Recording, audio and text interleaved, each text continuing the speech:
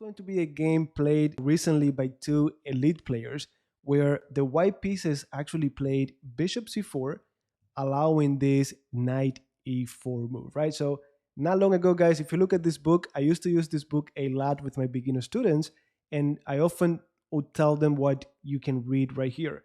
This move is considered to be inferior because it simply allows this trick with knight e4, knight takes, pawn to d5.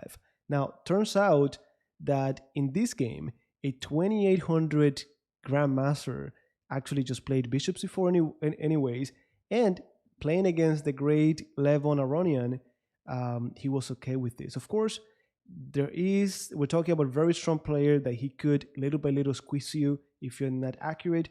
Maybe he had analyzed this position before with the engines. Who knows his preparation? But the point is, I used to regard it and teach it to my students as don't play it, it's inferior. And now when they see this top GM playing it, they're like, hey, what have you been teaching me all of this time? After knight e4, of course, we have castle, let them take on c3, and notice how the computer is marking this as a mistake. And if I actually activate the eval, it is giving 0.2 for the black pieces, 0.4, right? And this is move number 5. Anyways, we have now knight c3.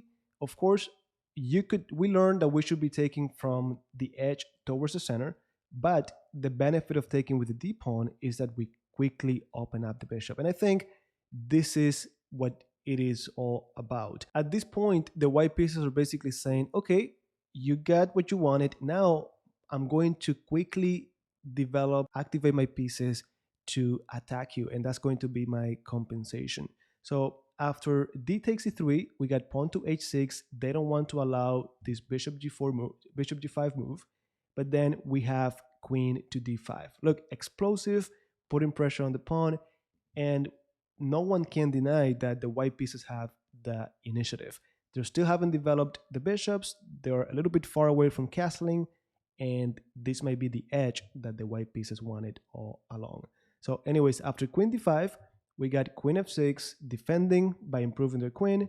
Then rook e1, mistake, but in our eyes, it makes a lot of sense. I'm activating my rook, putting it on the same file as the king, just being energetic. And this is something that I always tell my students, especially the beginner ones, as you move up the ladder, the more aggressive you are, the more difficult it is for your opponents to find the right defensive moves. So after rook e1, we got d6, defending, opening up the bishop. Let's see if I'm black, I'm just really trying to develop and castle. Once my king is castled, then I'm going to feel much better. So bishop b5, now new threat. I want to take here twice with a fork. Black pieces say, okay, I managed to develop and defend my knight.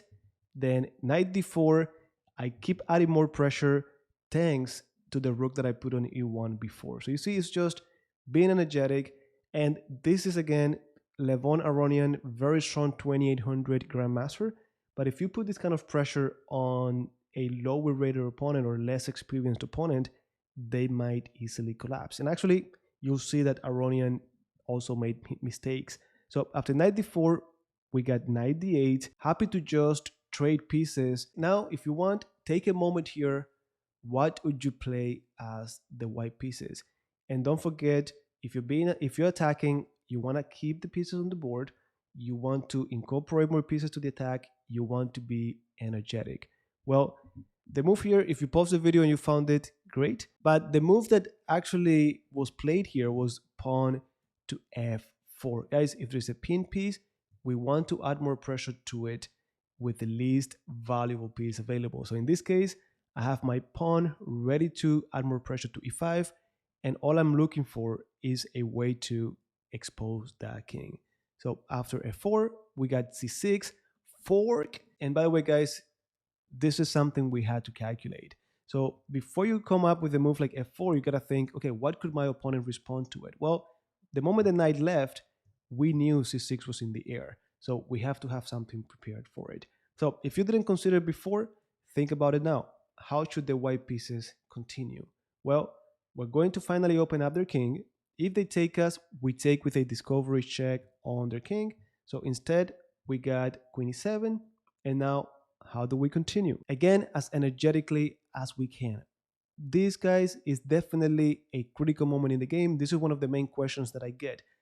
How do I know when I'm in a critical moment? Well, if your pieces are active, tactics are going to be in the air. So we look at what we've learned. If it doesn't kick in, if there's no pattern that kicks in right away, well, look at the checks, look at the captures, look at the threats, look at your candidate moves. Now, here, obviously, you have to look at moves like e takes d6. It doesn't work, but you have to look, you have to consider it. You have to look at the different captures on c6. You have to look at queen d6. You have to look at just going back. But the move that the white pieces played was actually the best move in this position. And the move is actually pawn to e6, just completely opening up. And this time I'm going to be getting out of the way, getting this pawn out of the way with a check. So you're happy to take, you're welcome to take me on d5, because then I take on d7 with a check, protected by the bishop. And guess what? The queen cannot take because of this pin. Remember this rook e1 that was marked as a mistake? Well, there you have it. So after 96, now we got bishop c6, tactics, tactics, tactics. And guys, this is still inferior for the white pieces, but they're putting so much pressure that it's difficult to find the right defensive move. So after bishop c6, we got b takes c6, knight takes c6, queen h4, and here you can see it marked as a mistake. It doesn't matter who you are, it's very difficult to find the right defensive move, so we gotta be energetic. Now, queen h4 is a mistake that doesn't really lose the game. At this point, eval is 0.0, but still, it's easier to play as white than it is to play as black. So after queen h4, we got rook e4, energetic move, queen f6, then bishop e3, and I'm ready to incorporate my other rook as well. Just energetic, energetic. Imagine for a moment that you're playing this over the board. You're the black pieces, you know the rook is coming to f1.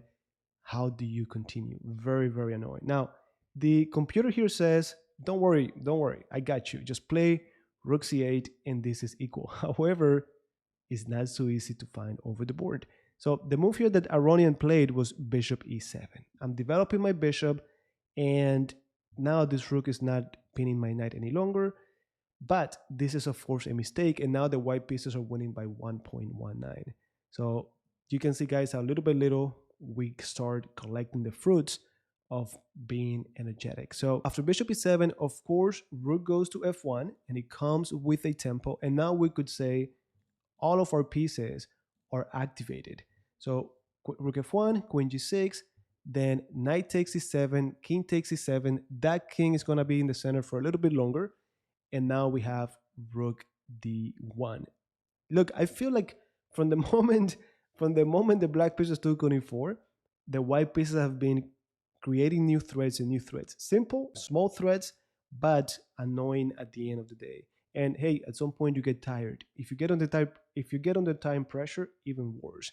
So king f8, and now this is already 3.81 for the white pieces. That's it. This is the final move. Rook h to c8 continues to be, this square continues to be key for one of the rooks. Get it out there. Even if they take on d6, then you hide, but your rook is involved. Maybe you could activate your pieces and create something. But after king f8, of course, we got give me the rook, king e7, queen d5. Now, I don't really care what happens next because I'm up a rook. So whatever happens, you have to checkmate me for me to lose this game, right? So king f8, give me the pawn now, king g8. Now my rook is hanging. Be careful not to drop that rook. So he moved it. And after king h7 to finally activate this rook, well, too late, because now we're going to forget about taking the bishop because of rook d8, but instead we're going to apply what we've been talking about for so long. I'm winning, simplify the game. So after queen d3, we're pinning that queen, they're forced to trade. So after queen d3, rook d3, Aronian finally resigned.